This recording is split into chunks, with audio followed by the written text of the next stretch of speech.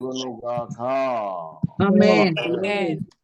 మన ప్రభు అయిన యేసు క్రీస్తు నామమున మీ అందరికి శుభములు ఆశీర్వాదములు కలుగునుగాక. ఆమేన్. వాక్యమును చదువుతున్నటువంటి ఆ బిడ్డలను కూడా ప్రభు నీ ఆత్మతో నింపండి.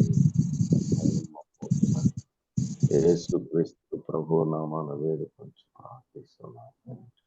ఆమేన్.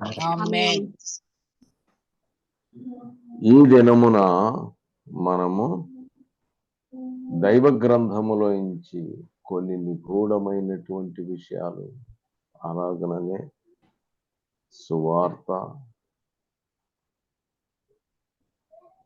జీవము గురించిన విషయాలు, కొన్ని విషయాలు మనము తెలుసుకోవలసినటువంటి వాళ్ళుగా ఉన్నాము. ఇప్పటి వరకు కూడా మనము జీవ మార్గము అనేటువంటి దాని గురించి కొంత మేరకు మనము తెలుసుకుంటూ వస్తున్నాం. ఈ దినాన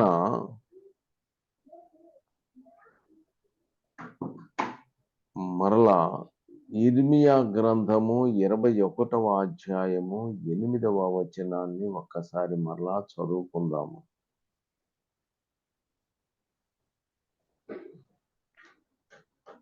ఈ ప్రజలతో ఇట్లనము, యెహోవా సెలవిచ్చినదేమనగా, జీవ మార్గమును మరణ మార్గమును నేను మీ ఎదుట పెట్టుచున్నాను.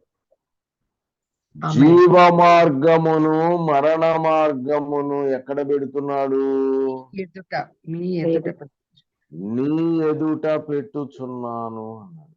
ఇదే విషయాన్ని ద్వితీయోపదేశ కాండము 30వ అధ్యాయము 15వ వచనాన్ని మీరు చదివితే అక్కడ కూడా మీరు తెలుసుకుంటారు.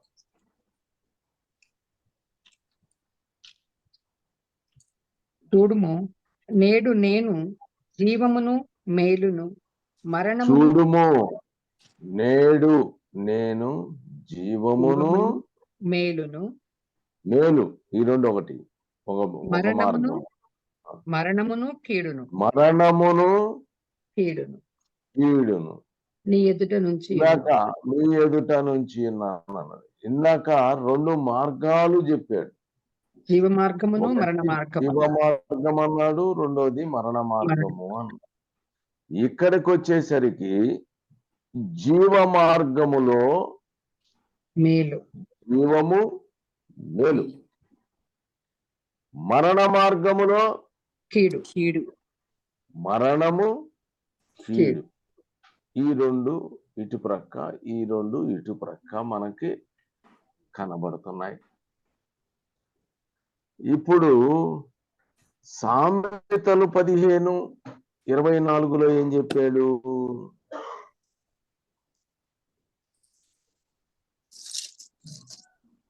క్రిందనున్న పాతాళమునకు తప్పించుకొనవలనని బుద్ధిమంతుడు పరమునకు పోవు జీవ మార్గమును నడుచుకొనను.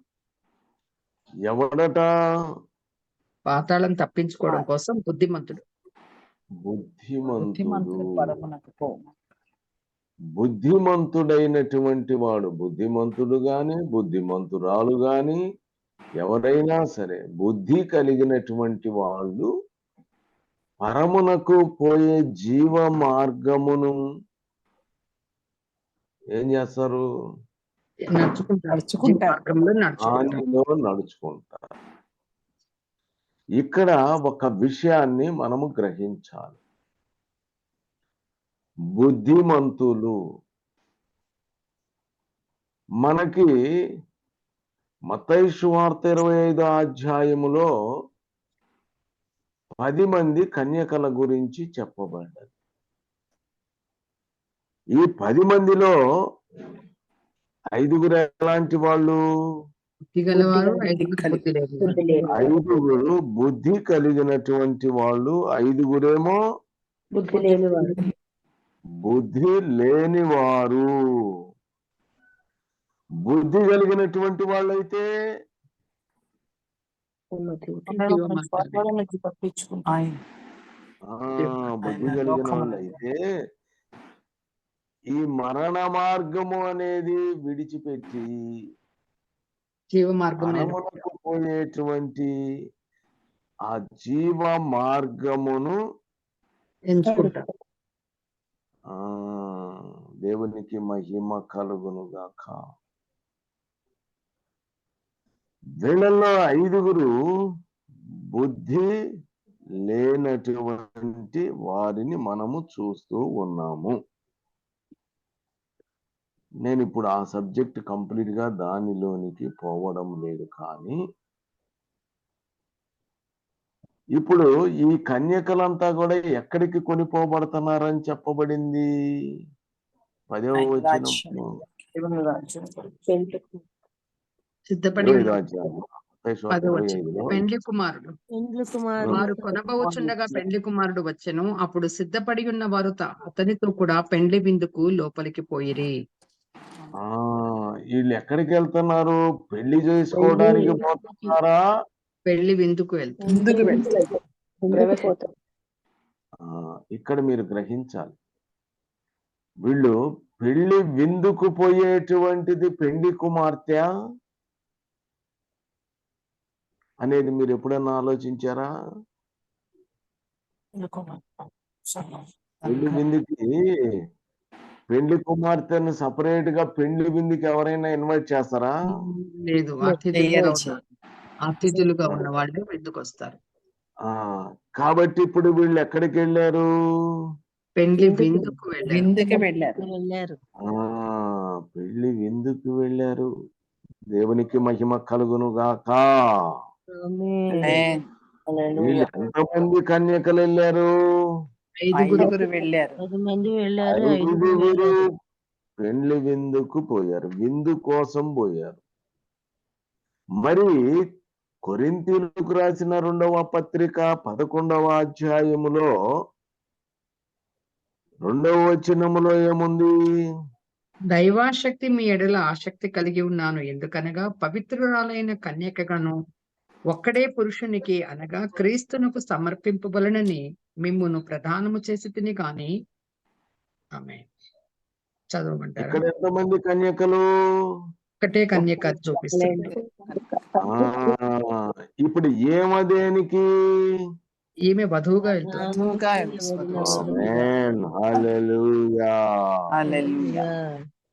కాబట్టి ఇప్పుడు పవిత్రురాలైన కన్యక ఒకటి ఉంది. ఆ కన్యక ప్రధానము చేయబడినటువంటి కన్యక. ఆ కన్యక ఒక్కటే కన్యక. ఇప్పుడు మీరు చెప్పండి, ఏ కన్యకగా ఉండాలనుకుంటున్నారు? పవిత్రురాలైన కన్యక. అదొద్దా? 5గురు కన్యకల్లో వద్దా? విందు వద్దు మాకు. కాబట్టి దీనికి దానికి తేడా ఉన్నట్టు ఏమన్నా అనిపిస్తుందా? అనిపిస్తుంది. ఆమేన్. దేవునికి మహిమ కలుగును గాక. కాబట్టి ఒక్కటే కన్యక. ఆ కన్యక ఎలా ఉందట? ముడతైనను డాగైనను నిర్దోషమైనటువంటి కన్యక. సపరేటుగా పవిత్రురాలైనటువంటిదిగా, పరిశుద్ధ పరచబడినటువంటిదిగా ఉంది ఈ కన్యక. వరుడు మన ప్రభు అయిన యేసుక్రీస్తుని వివాహము చేసుకునేటువంటి కన్యక, ఆయన శరీరముగా మార్చబడినటువంటి కన్యక.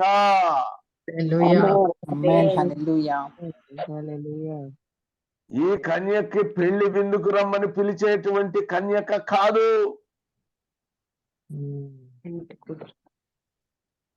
కాబట్టి పెండ్లి విందుకు పిలువబడినటువంటి కన్యకలు కూడా ఉన్నారు. అయితే ఈ బుద్ధి కలిగిన కన్యకలే, బుద్ధి లేని వారును కన్యకలే.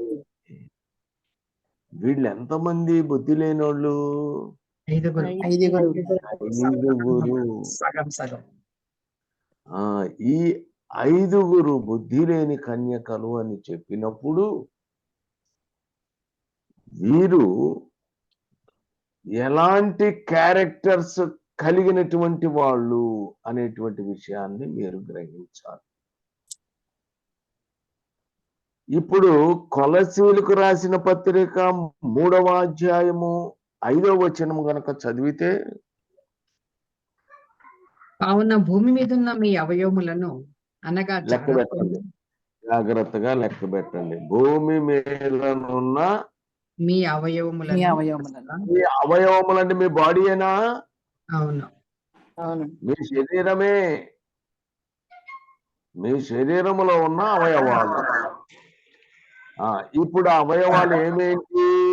చారత్వము, మీరు మీ శరీరమే అని ఎందుకు చెప్తున్నానంటే, ఇప్పుడు మీరు ఏ శరీరంగా మార్చబడాలి? ఆత్మ ఆత్మ శరీరముగా మార్చబడి తర్వాత క్రీస్తు యొక్క శరీరములో మీరు క్రీస్తు శరీరం. అవయవ భాగములుగా మీరు మార్చబడవలసిన వాళ్ళుగా ఉన్నారు. కాబట్టి మీరు క్రీస్తు యొక్క శరీర అవయవ భాగములుగా మార్చబడవలసినటువంటి మీరు ఇంకా మీ అవయవములు ఏమేంటి అంటే, ఇవి చారత్వం. భూ సంబంధమైనటువంటివి. ఒకటి శరీర సంబంధమైనది. చదువమ్మ. సంబంధమైన జారత్వమును, ఒకటి జారత్వము, అపవిత్రతను, అపవిత్రత, కామాతురతను, కామాతురత, దురాశను, 4 దురాశను, దురాశ, విగ్రహారాధన అయిన ధనాపేక్ష. విగ్రహారాధన అయిన ధనాపేక్ష. హల్లెలూయా. ఈ 5 కూడా భూమి మీద నున్న మీ అవయవములై ఉన్నాయి. కాబట్టి ఇప్పుడు బుద్ధి లేనటువంటి వారు 5 ఉన్నారు. వీళ్ళు సిద్ధపాటు లేనటువంటి వారు. ఇక్కడ ఇది చెప్పేటప్పుడు ఇంకొక విషయాన్ని కూడా మీకు తెలియచేయాలి. మీరందరూ చెప్పుకుంటున్నటువంటి సమరయ స్త్రీ, ఈ సమరయ స్త్రీకి ఎంతమంది భర్తలు ఉన్నారని ప్రభువు చెప్పుచున్నాడు? ఐదుగురు 5 భర్తలు ఉన్నారని చెప్పుచున్నాడు. ఇప్పుడు ఈ ఒక స్త్రీకి భార్యాభర్తలు ఇరువురు కూడా ఏక శరీరులై ఉంటారు. శరీరమై ఉన్నారు. ఇప్పుడు ఏక శరీరమైనటువంటి వాళ్ళుగా ఉన్నారు భార్యాభర్తలు ఇరువురు. ఈ స్త్రీ 5 భర్తలతో శరీరము పంచుకున్నటువంటిదిగా ఉందా లేదా? ఉంది. భర్త, ఒక భర్త, ఆమె ఏక శరీరం. ఏక శరీరం. ఇంకొక ఐదుగురితో ఏక భర్త, శరీరం. ఐదుగురితో ఆమె ఏక శరీరం. ఇక 5 కూడా ఆమె ఏక శరీరముగా ఉంటుంది. మరిక్కడ ఈ 5 లక్షణాలు ఇందాక చదువుకున్నాం. ఈ 5 లక్షణాలు గనక కలిగినటువంటి వ్యక్తితో ఈమె ఏక శరీరముగా ఉన్నారు. అపవిత్రత. ఈ 5 లక్షణాలతో ఏక అవి శరీరం. ఎక్కడ ఉన్నాయి? ఆ స్త్రీలోనే ఉన్నాయి.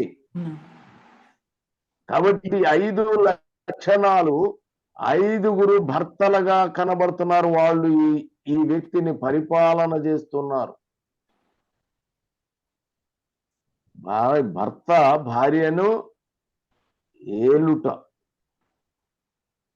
ఒక్కొక్క క్యారెక్టర్ ఆ స్త్రీని ఏం చేస్తుంది? ఎదుగుతూ ఉంది. కాబట్టి ఇక్కడ మీ అవయవములు, భూమి మీదనున్న మీ అవయవములు, ఈ అవయవాలు అని చెప్పినప్పుడు శరీరములో భాగములైనటువంటివే. కాబట్టి ఇది ఒక్కొక్కటి ఒక్కొక్క భర్తగా నిన్ను పరిపాలన చేస్తుందనే విషయాన్ని నీవు గుర్తెరగాలి. హల్లెలూయా. ఈ మొదటి పురుషుడు, మొదటి భర్త, ఇవన్నీ కూడా నీకు మొదటి భర్తగానే కనబడతాయి. ఈ 5 భర్తలు చనిపోవాలి. అప్పుడు క్రీస్తు అను వేరొకని నీవు వివాహము చేసుకోవాలి. ఆమేన్. హల్లెలూయా. కాబట్టి ఇప్పుడు ఈ 5 చనిపోయిన తర్వాత నీవు క్రీస్తు అను వేరొకని నీవు వివాహము చేసుకోవాలి. రోమీయులకు రాసిన పత్రిక 7వ అధ్యాయము 4వ వచనము చదవండి. పత్రిక మళ్ళీ ఒకసారి చెప్పండి కదా. రోమీయులకు రాసిన పత్రిక 7వ 7వ అధ్యాయము అధ్యాయము 4వ 3వ వచనం పడుతుందమ్మా. కాబట్టి భర్త బ్రతికి ఉండగా ఆమె వేరొక పురుషుణ్ణి చేరిన ఎడల వ్యభిచారిణి అనబడును గాని, ఆమె భర్త చనిపోయిన ఎడల ధర్మశాస్త్రము నుండి విడుదల పొందెను గనుక వేరొక పురుషుని వివాహం చేసుకొనినను వ్యభిచారిణి కాకపోవును. కావున నా సహోదరులారా, మనము దేవుని కొరకు ఫలము ఫలించున్నట్లు మనము దేవుని కొరకు ఫలమును ఫలించున్నట్లు మృతులలో నుండి లేపబడిన క్రీస్తు అను వేరొక మృతులలో నుండి లేపబడిన క్రీస్తు వేరొకడు ఇప్పుడు ఎవరు? క్రీస్తు క్రీస్తు అను వేరొకని చేరుటకై మీరును మృతులైతిరి. దేవునికి మహిమ కలుగునుగాక. హల్లెలూయా. మీ భూమి మీదనున్న మీ శరీర అవయవములు 5 ఉన్నాయి. ఈ 5 కూడా నీవు వాటి విషయంలో చంపబడితేనే, వాటన్నిటిని చంపివేస్తేనే ఇప్పుడు నువ్వు వేరొకడు అని చెప్పబడిన క్రీస్తుని వివాహము చేసుకోగలవు. హల్లెలూయా. కాబట్టి నువ్వు ఆయన కన్యకగా, ప్రధానము చేయబడినటువంటి కన్యకగా నీవు మార్చబడాలి అంటే ఈ 5 భర్తలు చనిపోవాలి. చావాలి. అవి చావకుండా నీలో ఉన్నంత కాలము నీవు బుద్ధి లేని కన్యకవే.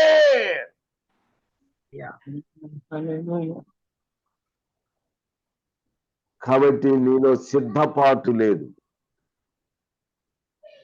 నువ్వు సిద్ధపాటు ఉంటే 5కి నువ్వేం చేస్తావు? చంపేసుకుంటావు.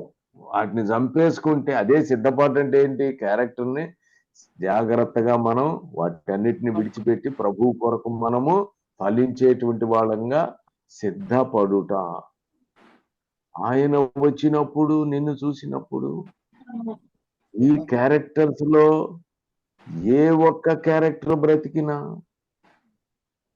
నీవు వేరొక భర్త అంటే క్రీస్తు యొద్దకు పోకుండా మొదటి భర్తగా ఉన్నటువంటి ఈ 5 భర్తలుగా ఉన్న వాటిని నీవు చంపకుండా క్రీస్తులో కలవలేవు. కొన్ని చంపేశావు, కొన్ని అట్నే మిగిలింది. నువ్వు వేరొక పురుషుని కి నువ్వు పవిత్రాలైన కన్యకగా ఉండగలుగుతావో? కొన్ని చంపేసి ఇంకా కొన్ని మాత్రం మిగలబెట్టుకొని గమనించండి. ఆ క్యారెక్టర్స్ మళ్ళా ఒకసారి చదువమ్మా. జారత్వము వదిలేసావు, అని చంపేశావు. కామాతురత చంపేశావు. అపవిత్రతను దురాశ చంపేశావు. విగ్రహారాధన ధనాపేక్ష, విగ్రహారాధన అయిన ధనాపేక్ష, అపవిత్రత. వీటిల్లో ఏదైనా సరే ఒక్క అవయవము నీలో భూ సంబంధమైనది లేక భర్త బ్రతికి ఉన్నట్టయితే, భర్త బ్రతికి ఉండగా వేరొకని చేరిన ఎడల వ్యభిచారిణి అనబడును. వ్యభిచారిణి అనబడును. హల్లెలూయా. దేవరారహస్తిక శతోప. ఏ వ్యభిచారి కూడా దేవుని రాజ్యములో ప్రవేశింప నేరడు. ఏ వ్యభిచారిని కూడా దేవుని రాజ్యములో ప్రవేశింప నేరడు. నీవు అనుకుంటున్నావు శరీర సంబంధమైనటువంటి వ్యభిచారము నేను చెయ్యటం లేదు కదా అని నీవు అనుకునుచున్నావా?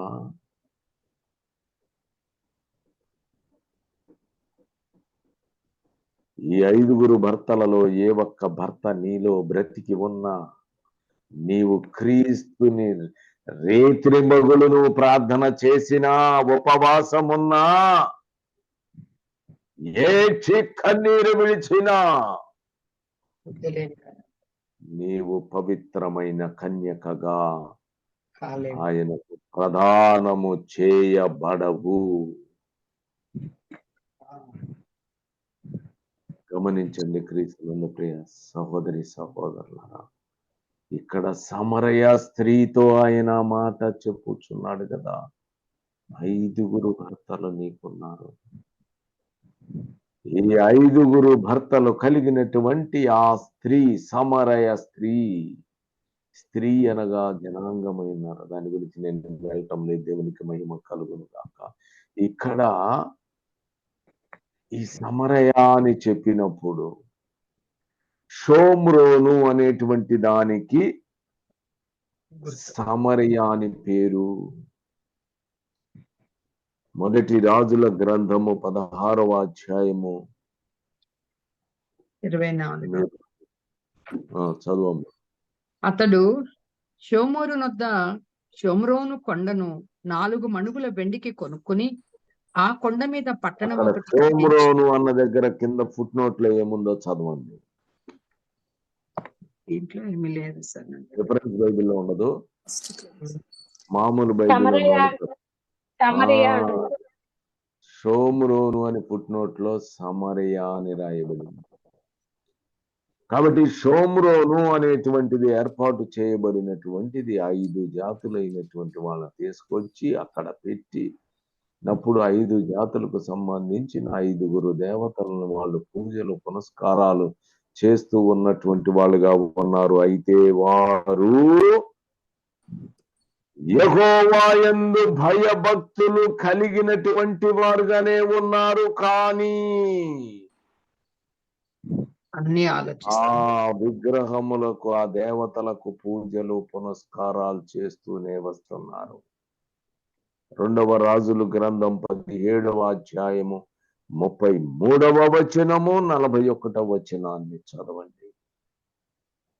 ఈ ప్రకారముగా వారు యెహోవా యందు భయభక్తులు గలవారై యుండి. ఒకటి ఏం చేస్తున్నారు? యెహోవా యందు భయభక్తులు గలవారై ఉన్నారు. దేవునికి మహిమ కలుగును గాక. ఇశ్రాయేలు జనాంగము ఒక ప్రక్క, షోమ్రోను అని చెప్పినప్పుడు ఇశ్రాయేలు జనాంగములో నుంచి కొంతమంది, అన్యులలో నుంచి కొంతమంది వారు వివాహములు చేసుకున్నటువంటి జాతియే షోమ్రోను. అందుకని ఇప్పుడు ఆ షోమ్రోన్లో సమరయ వారు ఎలాగున్నారు అంటే, వాళ్ళు యెహోవా యందు భయభక్తులు గలవారై ఉండి భయభక్తులు కలిగినటువంటి వాళ్ళుగా ఉన్నారు. తాము ఏ ఇక్కడ మీరు గమనిస్తే, అక్కడ ఆగమ్మ, మరలా వెళ్దాం. యెహోవా యందు భయభక్తులు కలిగినటువంటి వాళ్ళుగా ఉన్నారు. ఎవరు వీరు? ఇస్రాయేల్ షోమ్రోను వారు అక్కడ రాయబడింది షోమ్రోను వారు. క్రింద షోమ్రోను అన్నప్పుడు మరి మనం ఏం తెలుసుకున్నాము? సమరయ. ఇప్పుడు సమరయ స్త్రీ దగ్గరికి వచ్చినప్పుడు యోహాను సువార్త 4వ అధ్యాయములో ఆమెకు మెస్సయ్య గురించి తెలుసునా తెలియదా? కాబట్టి ఇప్పుడు ఆమె యెహోవా యందు భయభక్తురాలా కాదా? అక్కడ మాట్లాడుతుంది, మా పితరులైనటువంటి వాళ్ళంతా గురించి క్రీస్తు అనబడిన మెస్సయ్య వచ్చునని నేను ఎరుగుదును అంటున్నాను. క్రీస్తు అను మెస్సయ్య వచ్చునని నేను ఎరుగుదును. ఆయన వచ్చినప్పుడు మాకు సమస్తము తెలియజేయను. ఆయన వచ్చినప్పుడు సమస్తము మాకు చేయను. యెహోవా గురించి తెలుసా తెలీదా? తెలుసు. కాబట్టి ఇప్పుడు మరలా అక్కడికి వెళ్తున్నాం. అక్కడ ఏమంటుంది బైబిలు? వారు యెహోవా యందు భయభక్తులు అయినను తాము ఏ జనుల నుండి పట్టబడిరో వారు ఏ జనులలో నుండి పట్టబడిరో, ఇది గుర్తు చేసుకోండి, వారు ఏ జనులలో నుండి పట్టబడిరో ఆయా జనుల మర్యాద చొప్పున తమ దేవతలను పూజించుచుండరి. నూతన నిబంధనలో ఉన్న నీవు ఆయా జనులలో నుండి నిన్ను ఆయన సమకూర్చుకున్నాడు. దేవునికి మహిమ కలుగునుగాక. దేవుని ఇశ్రాయేలుగా ఉండటానికి నిన్ను ఆయన ఏర్పాటు చేసుకొని ఉన్నాడు హల్లెలూయా. ఆయా జనుల నుంచి. కాబట్టి ఇప్పుడు ఆయా జనులు ఆచరించేటువంటి 5 భర్తలు, 5 అవయవాలు, ఈ 5 క్యారెక్టర్స్ అనేవి వారి నుంచి వచ్చినాయే. అన్య జనులుగా చెప్పబడినటువంటి వారు జారత్వము చేసేటువంటి వారుగా, అపవిత్రత కలిగినటువంటి వాళ్ళుగా, కామాతురత కలిగినటువంటి వాళ్ళుగా, దురాశ పరులైనటువంటి వాళ్ళుగా, విగ్రహారాధన, ధనాన్ని విగ్రహాల్లాగా మలుచుకొని ధనాపేక్ష కలిగినటువంటి వాళ్ళుగా ఉన్నారు. కాబట్టి ఇప్పుడు ఆయన వారిని సమకూర్చుకున్నట్టే వారందరూ యెహోవా యందు భయభక్తులు కలిగినటువంటి వాళ్ళే గాని ఆయా ప్రదేశాల నుంచి, ఆయా జనుల నుంచి తీసుకొచ్చి అక్కడ పెట్టారు. అప్పుడు వాళ్ళు యెహోవా యందు భయభక్తులు ఉన్నాయి, వాళ్ళ సాంప్రదాయాలన్నింటినీ కూడా వాళ్ళు అనుసరించి జీవించేటువంటి వాళ్ళుగా ఉన్నారు. నూతన నిబంధనలో ఉన్న నిన్ను ఆయన పరిశుద్ధమైన కలువరి శిలువ రక్తము ద్వారా నిన్ను కడిగి పవిత్రపరచి దేవుని ఇశ్రాయేలుగా నిన్ను మార్చుకొని నిన్ను ఆయన ఏర్పాటు చేసుకుంటే, నిన్ను కొనుక్కుంటే, ఇంకా నీలో ప్రాచీనమైన భర్త, మొదటి భర్త నీకు బ్రతికి ఉండి నువ్వు క్రీస్తు దగ్గర గనక వచ్చినట్టయితే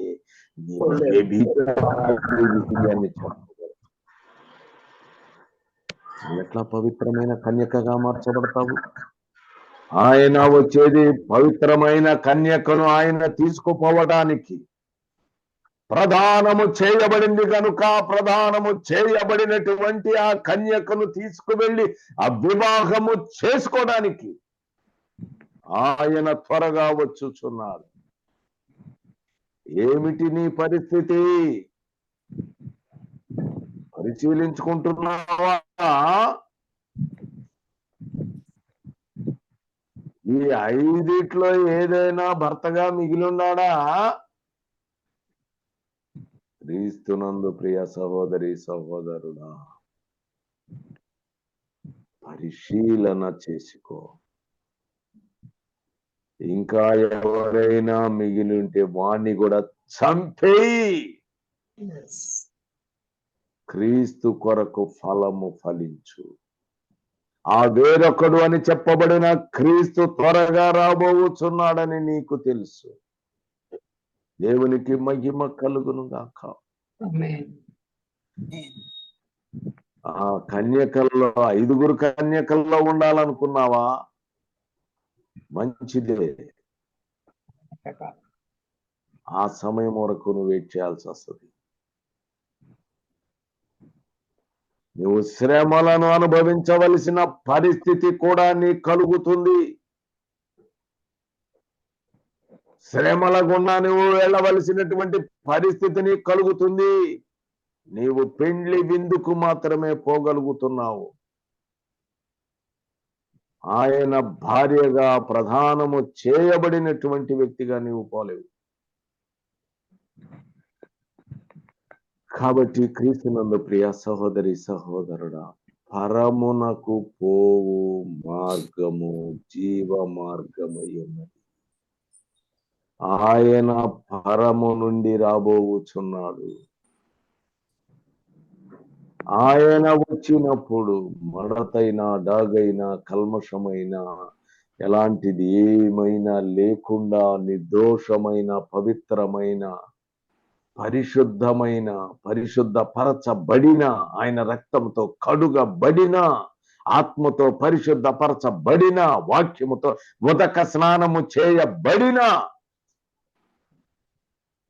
ఆ కన్యక వధువుగా నీవు మార్చబడాలి. కనుక క్రీస్తునందు ప్రియ సహోదరి సహోదరుడా, 41వ వచనం కూడా చూడమ్మా. 2వ రాజుల గ్రంథం 17వ ఆ అధ్యాయం. ప్రజలు అలాగున యెహోవా యందు భయభక్తులు గలవారైనను తాము పెట్టుకొనిన విగ్రహములను పూజించుచు వచ్చిరి. మరియు తమ పితరులు చేసినట్లు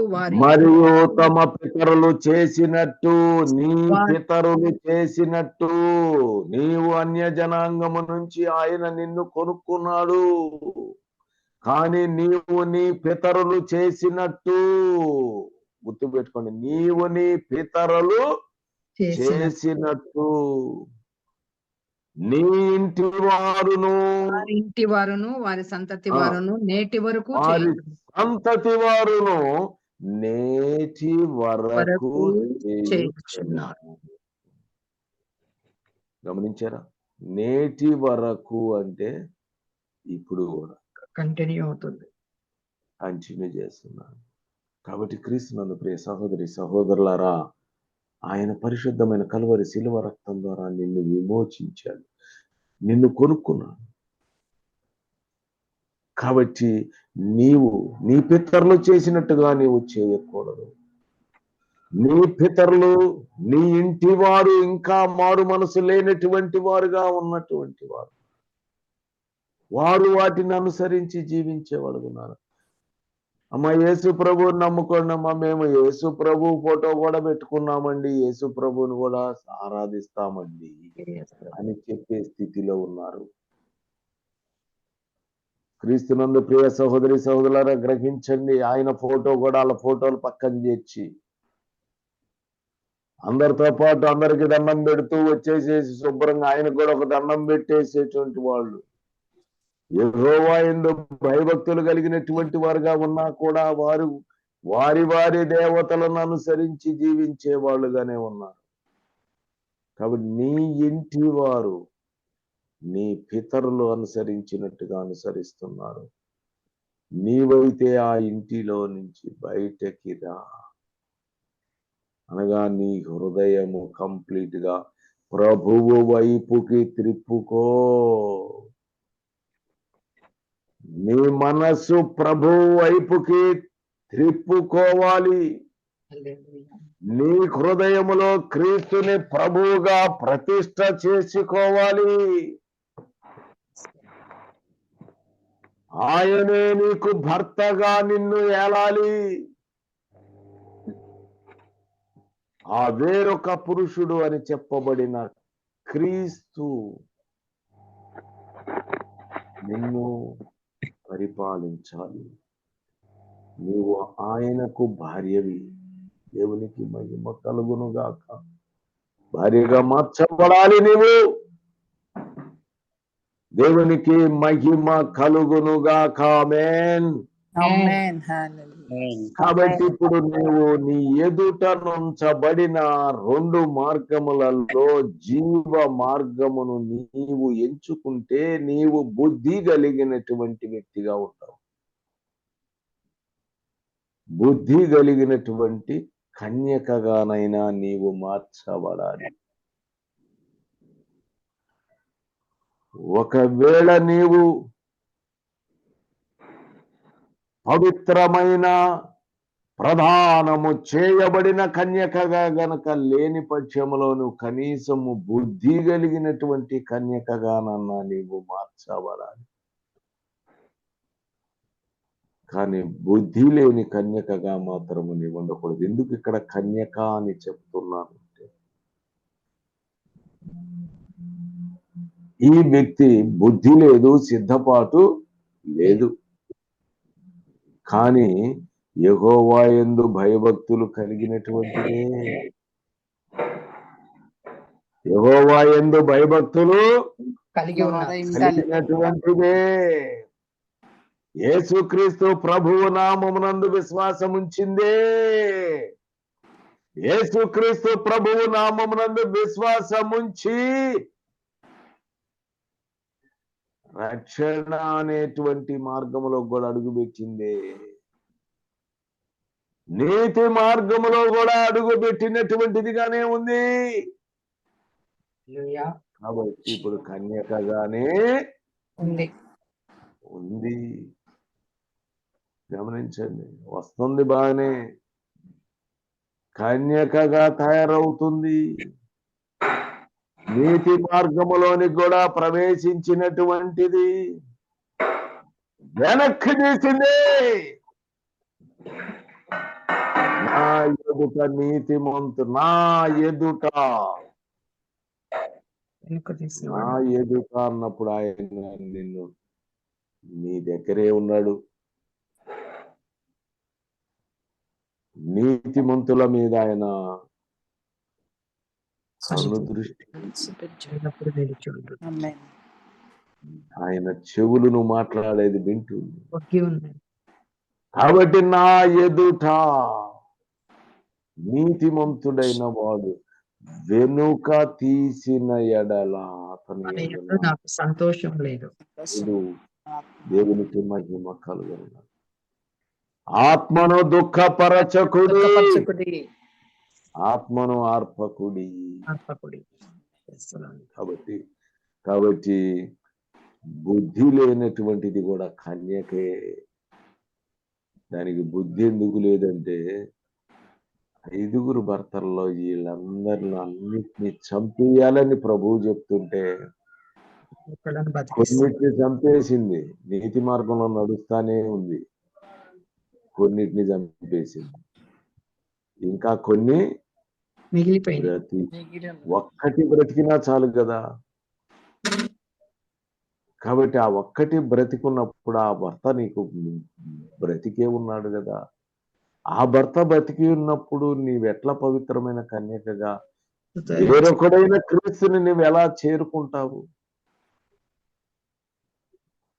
కాబట్టి వేరొకడు అని చెప్పినప్పుడు ఇక్కడ ఒకడు ఉన్నాడనే కదా ముందు. అందుకని ఇలాంటి స్థితిలో ఇచ్చే 5 భర్తను చంపేసుకోవాలి. ఆయన కలువరి శిలువ మీద పంచగాయములు, ఎన్ని గాయాలమ్మా? 5 గాయాలు.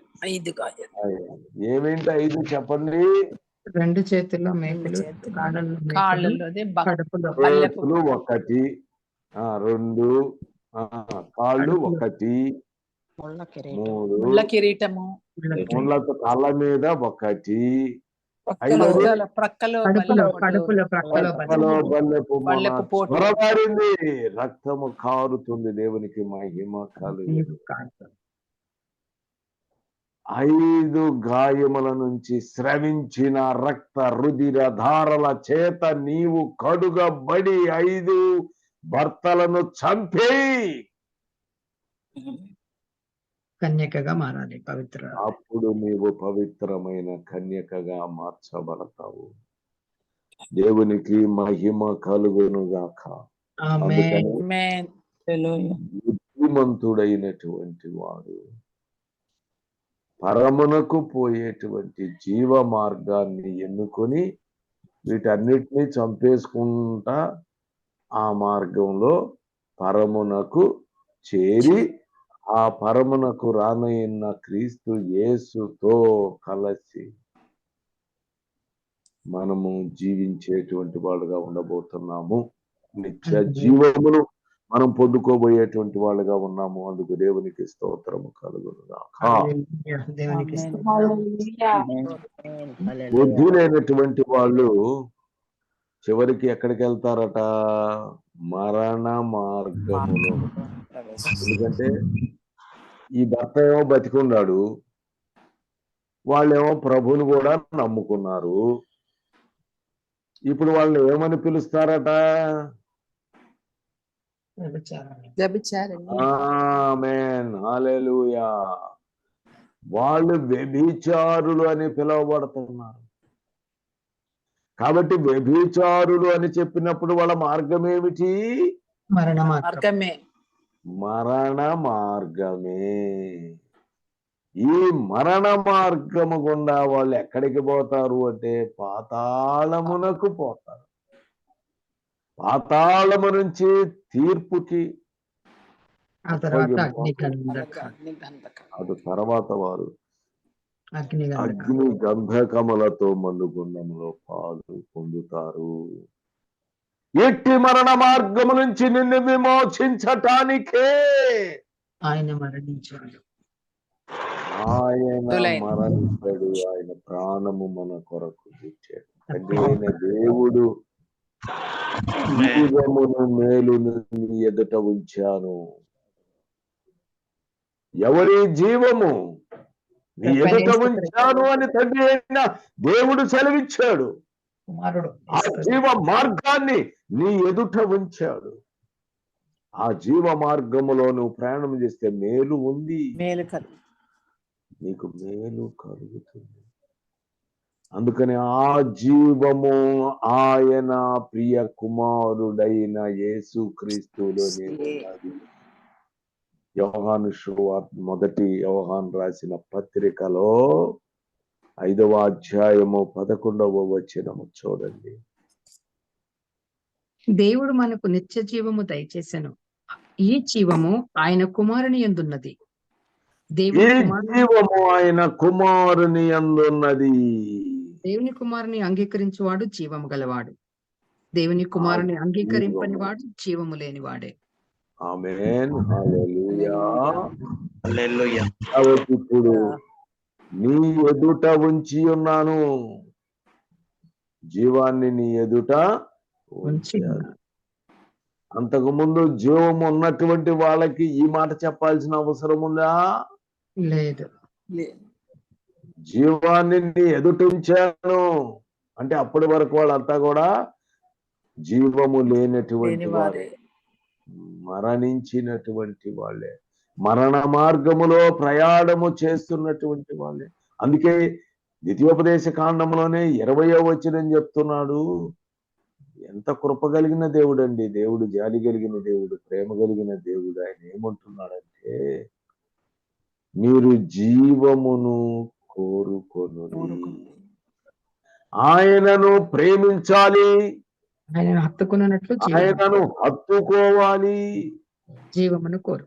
అలా హత్తుకునుండేటట్టుగా ఈ మీరు దేవుడైన యెహోవాను ప్రేమించి ఆయన వాక్యమును విని ఆయనను హత్తుకున్నట్లు జీవము కోరుకొనుడి. జీవమును కోరుకొనుడి అన్నాడు. జీవమును నీ ఎదుట పెట్టాడు, ఇప్పుడు నువ్వు జీవాన్ని కోరుకో అంటున్నాడు. సరే, ఎక్కడ కోరుకోవాలి అని అంటే ఆ జీవము ఆయన కుమారుడైన యేసుక్రీస్తులో ఉన్నది. ఆయనను 2000 సంవత్సరాల క్రితము ఆయనలో ఆ జీవముంచి లోకములోనికి పంపాడు. అందుకనే కదా యోహాను సువార్త మొదటి అధ్యాయము మొదటి వచనము 4వ వచనం చదివితే ఆ జీవము ఆది యందు వాక్యము ఉండెను, వాక్యము దేవుని యొద్దెను, ఆయన వాక్యమే దేవుడై ఉండెను. 4వ వెలుగై వచనంలో వచ్చెను. ఆయనలో జీవముండెను, ఆ జీవం మనుషులకు వెలుగై ఉండెను. మనుషు వెలుగై. ఆమేన్. హల్లెలూయా. హల్లెలూయా. హల్లెలూయా. ఆయనలో జీవముండెను. ఎవరిలో? ఆయన కుమారుని కుమారుడైన యందు జీవం యేసుక్రీస్తులో జీవముండెను. ఉన్నది. కాబట్టి ఇప్పుడు ఆ జీవము మనకు ప్రత్యక్షమాయను. ఆ జీవము ప్రత్యక్షమాయను. అందుకని ఇప్పుడు ఎవరైతే యోహాను సువార్త 5వ అధ్యాయం 24వ వచనములో చెప్పబడినట్టు ఈ మరణ నామాంశ మార్గములో ప్రయాణము చేస్తున్నటువంటి వాళ్ళు, ఇప్పుడు మరణ మార్గములో గనక ప్రయాణము చేస్తున్నటువంటి వాళ్ళు, అవిశ్వాసులైనటువంటి వారు, మరణములో మరణ ఛాయలో ఉన్నటువంటి వారు, నా వారు మాటని విశ్వాసులమని చెప్పుకుంటూ కూడా మరణ మార్గములో ప్రయాణము చేస్తున్నటువంటి వారు గ్రహించాలి. ఇప్పుడు అవిశ్వాసులుగా ఉండి మరణ ఛాయలో ఉన్నటువంటి వాళ్ళని ఇప్పుడు విశ్వాసులైండి కూడా మరణము మార్గంలో ప్రయాణం చేస్తున్నటువంటి వాళ్ళు, అనగా ఇందాక చెప్పాను, భర్త బతికుంటే, ఏ భర్త? ప్రాచీనమైనటువంటి భర్త, అనగా 5 క్యారెక్టర్స్ మీ అవయవాలే. ఆ అవయవాలన్నీ కూడా మీకు భర్తలే. కాబట్టి వాటిల్లో ఏ లక్షణం బ్రతికున్నా మీ భర్త బ్రతికున్నట్టే. క్రీస్తును వేరొకరిని గనక మీరు ఇప్పుడు చేరితే మీరు వ్యభిచారులుగా ఉంటారు. మీరు మరణ మార్గంలోనే వెళుతున్నారు.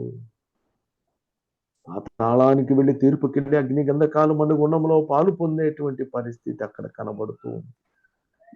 అయితే ఇప్పుడు ఆ మరణ మార్గంలో ఉన్నటువంటి వారు, మరణ ఛాయ క్రింద ఉన్నటువంటి వారికి ఆయన చెప్పుచున్నాడు, ఇదిగో నేను జీవమును మేలుని ఎదుట ఉంచాను,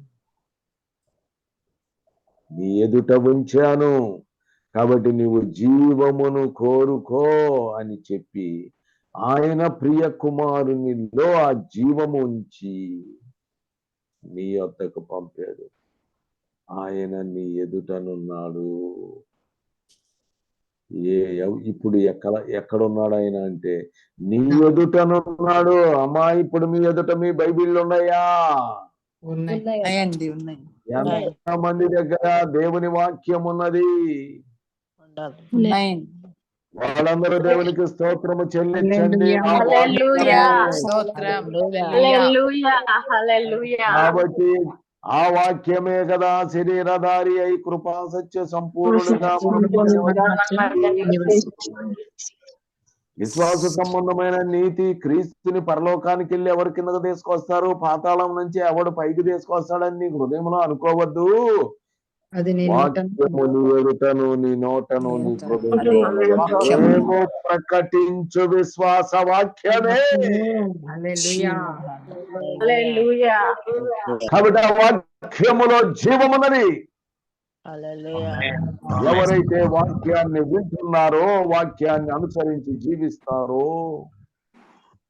వాక్యము వినినటువంటి అనుసరించేటువంటి, ఇప్పుడు యోహాను సువార్త 5వ అధ్యాయం 24 చదివితే, నా మాట విని నన్ను పంపిన వాని యందు విశ్వాసం నా మాట విని, దేవుని మాట విని అనగా దేవుని వాక్యము మీరు వినాలి.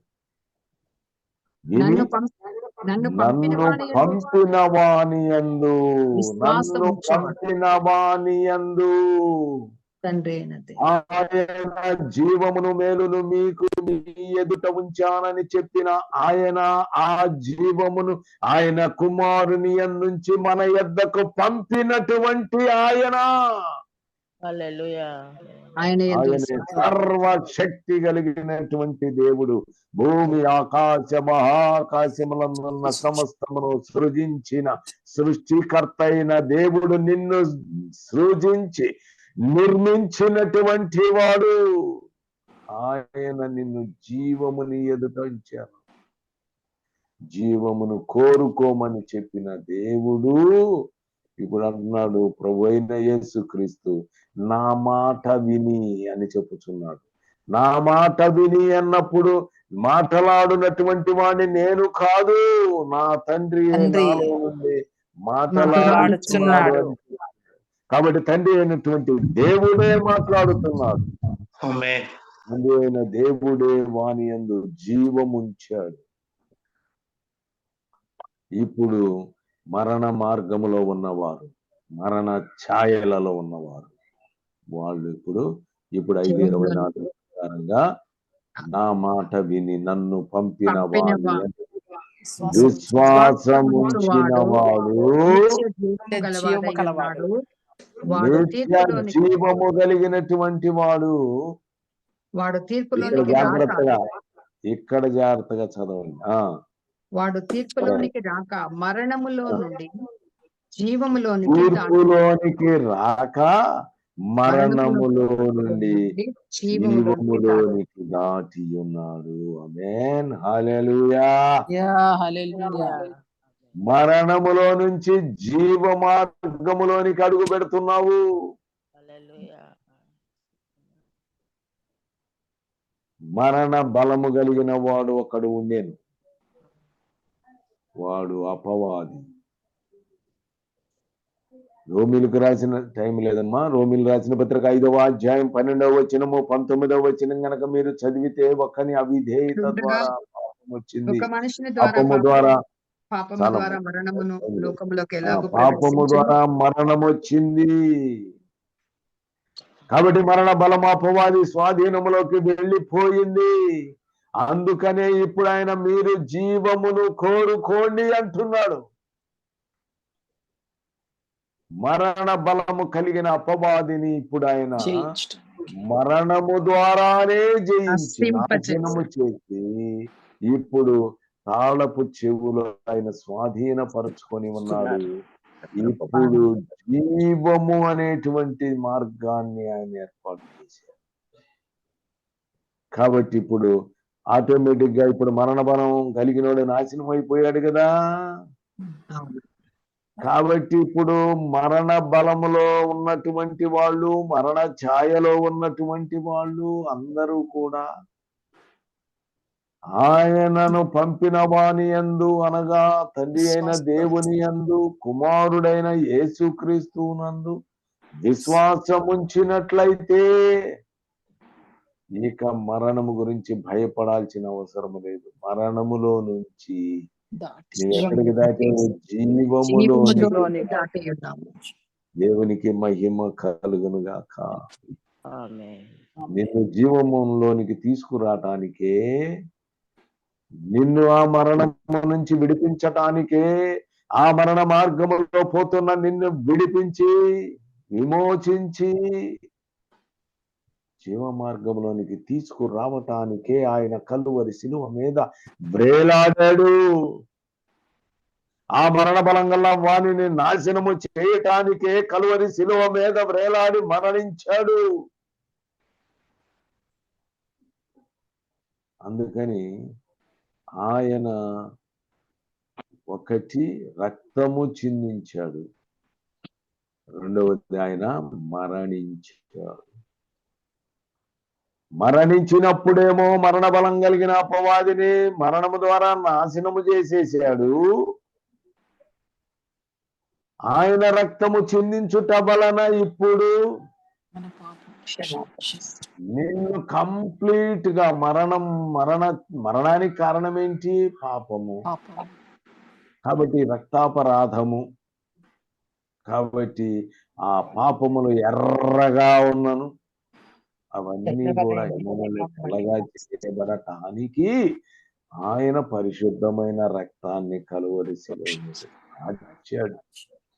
ఇప్పుడు ఆ కార్చబడిన ఆ రక్తము నిన్నేం చేసింది? శుభ్రంగా కడిగేసేస్తుంది. కడిగినప్పుడు నీవు ఇప్పుడు ఎక్కడికి వస్తున్నావు? మరణములో నుంచి జీవములోనికి దాచావు, దాటి ఉన్నాడు. జీవములోనికి దాచావు. ఇప్పుడు దాటిన నీవు, ఆయన రక్తంతో కడుగబడిన నీవు, ఇప్పుడు ఆయన శరీరమును నీవు తింటే ఆయన శరీరములో ఒక అవయవ భాగంగా నీవు మార్చబడుతున్నావు. ఇప్పుడు ఆయన శరీరం తినేటప్పుడు నీ ఇంకా మొదటి మొగుడు బతికుండి కూడా నువ్వు ఆయన శరీరాన్ని తింటే అపరాధివి అవుతావు. ఎవడు అపవిత్రంగా అయోగ్యంగా ఆయన శరీరము తింటాడు, వాడు మరలా ఏమవుతాడు? చస్తాడు, మరలా మరణ మార్గంలోకి వెళ్తాడు. కాబట్టి నిన్ను నీవు విమర్శించుకోవాలి, నిన్ను నీవు పరిశీలన చేసుకోవాలి, నిన్ను నువ్వు పరీక్షించుకోవాలి. ఆయన శరీరంలో సభ్యుడిగా మార్చబడాలంటే ఒక్క నిమిషం అవి ఆయన శరీరము తినే ముందు ఒక్క నిమిషం ఆలోచన చేసుకొని ఏమేమి ఇంకా బతికున్నాయి నాలో అని నువ్వు ఆలోచించాలి. తప్పులు చేస్తానే ఉండవు. ఇంకా 5 భర్తల్లో ఎవడో ఒకడు బతికి ఉన్నాడు, వాడు తొంగి చూస్తున్నాడు. నువ్వు వచ్చేసేసి ఆయన పరిశుద్ధమైనటువంటి శరీరాన్ని తినే పరిస్థితి నీలో ఉండకూడదు. చంపేసి వచ్చి ఆయన శరీరం తిను. మోసపోకుడి, దేవుడు ఎక్కిరింపబడ్డు, మిమ్మల్ని మీరు మోసం చేసుకోకుడి, పవిత్రమైన జీవితాన్ని కొనసాగించండి, పవిత్రమైన కన్యకగా నీవు మార్చబడాలి.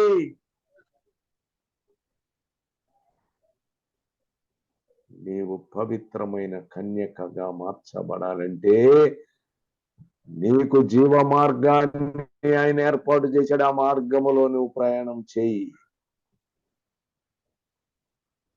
నువ్వు వెనక్కి తిరక్కు. నీ ఇంటి వారు అనుసరించే విధానాన్ని అనుసరించకు, నీ పితరులు అనుసరించే విధానాన్ని నువ్వు అనుసరించకు. నీవు మూర్ఖులకు ఈ తరము వారికి వేరే మీరు రక్షణ పొందుడి అని దేవునిచ్చే జీవమునకు నిర్ణయించబడినటువంటి వానివి. కాబట్టి మీరందరూ కూడా నిత్య జీవమునకు నిర్ణయించబడిన వారు కనుక ఒక్కసారిగా మీరు పవిత్రులు కాలేరు. ఒక్కొక్కదాన్ని చంపేసుకుంటూ, చూసుకుంటూ, పరిశీలన చేసుకుంటూ, ఎస్ ఈ లక్షణం నాలో చచ్చింది, దేవునికి జారత్వం చచ్చింది, విగ్రహారాధన చచ్చింది, అపవిత్రత చచ్చింది, కాముకత్వము. ముసలోళ్ళు అయిపోయిన తర్వాత కూడా ఈ కాముకత్వానికి బలైపోయేవాళ్ళు చాలా మంది ఉన్నారు. క్రైస్తవులుగా చెప్పుకుంటూ, సేవకులమని చెప్పుకుంటూ కూడా దమనీయమైన పరిస్థితుల్లో ఉన్నారు. అప్పుడప్పుడు మీరు చూస్తున్నారు పేపర్లో కానీ మీడియాలో కానీ, చేసేది పాస్టర్ పని అని చెప్తున్నారు, కానీ భయంకరమైన కామాతురతకు లోనైపోయి శ్రమలు కొనుక్కొచ్చుకుంటున్నారు. ఆశ అనేటువంటిది ఇంకా చచ్చిపోట్ల. లోక సంబంధమైనటువంటి, శరీర సంబంధమైనటువంటి దురాశలు ఇంకా, ఆ భర్త ఇంకా బతికే ఉన్నాడా? చంపేయండి. దురాశ గర్భము ధరించి పాపమును కనగా పాపము పరిపక్వమై మరణమును కనును. మరలా చివరికి మరణ మార్గములోకి వెళ్ళిపోతావు. చంపేయి. ఆయన నీకు సమస్తమును ధారాళముగా దయచేవాడు. ఇదిగో ఆ జీవ మార్గములో మేలుంది, సమస్తమును మేలు కలుగుటకై సమకూర్చి జరిగించుచున్నాడని నీవు విశ్వసించు. ఇంకెందుకు నీకు దురాశ? విశ్వసించావు సర్వశక్తి కలిగిన దేవుణ్ణి. ఆయన మేలు చేయడానికి ఆయన దూతలను కూడా నీ కొరకు ఆజ్ఞాపించాడే. ఆయన దూతలు నిరంతరం ఆయన ముఖాన్ని చూస్తున్నారు నీకు సేవ చేయటానికి. నీ అవసరం ఏంటో ఆయనకు తెలుసు, నువ్వు అడక్క ముందే తెలుసు. కాబట్టి నీకు సమస్తము ఆయన ధారాళముగా నీకు దయచేస్తాడు కదా. కాబట్టి ఇక దురాశని నీవు చంపు, ఆయన ఎందు విశ్వాసం ఉంచు. విగ్రహారాధన ధనాపేక్ష, ఈ ధనాపేక్ష అనేటువంటి దాన్ని చంపేయండి. ఆయన మీకు సమృద్ధిగా మిమ్మల్ని ఆశీర్వదిస్తాడు, మీ పిల్లలను కూడా ఆశీర్వదిస్తాడు. ఆమేన్. హల్లెలూయా. పరలోకమందు మీరు ధనమును సమకూర్చుకొనుడి. అక్కడ చిమ్మట తుప్పులు. మీ దృష్టి అక్కడ పెట్టండి. ఎంతమంది ఆత్మలను ఆయన సన్నిధికి తీసుకొస్తున్నారో చూడండి. మీకు శరీర సంబంధంగా ఉన్నటువంటి వాటిని విత్తి అక్కడ ధనాన్ని సంపాదించండి. దేవునికి మహిమ కలుగునుగాక. క్షయమైనటువంటి వాటిని విడిచిపెట్టండి, దాన్ని అక్షయమైనటువంటి వాటిని పొందుకోండి. కాబట్టి దేవునికి మహిమ కలుగునుగాక. బుద్ధిమంతులుగా పరమునకు పోయే జీవ మార్గాన్ని మీరు కనుగొని దానిలో ప్రవేశించండి, నడవండి, అనుసరించండి. నిత్య జీవము మీరు పొందుకోండి. కన్యకగా మారండి. మీరు బుద్ధి కలిగినటువంటి కన్యకగా మారండి, లేక పవిత్రమైన ఒక్కటే కన్యకగానైనా మారండి. పరిశుద్ధమైన కన్యకగా మార్చబడండి. దేవుడు ఈ వాక్యమును మీ హృదయములో ఫలింపులోనికి తీసుకొని వచ్చునుగాక. మిమ్మందరినీ కన్యకలుగా ఒకే ఒక కన్యకగా ఆయన మార్చుకొనుగాక. ఈ గ్రూప్లో మనందరినీ ఆయన పవిత్రమైన కన్యకగా ప్రధానము చేసుకొనుగాక.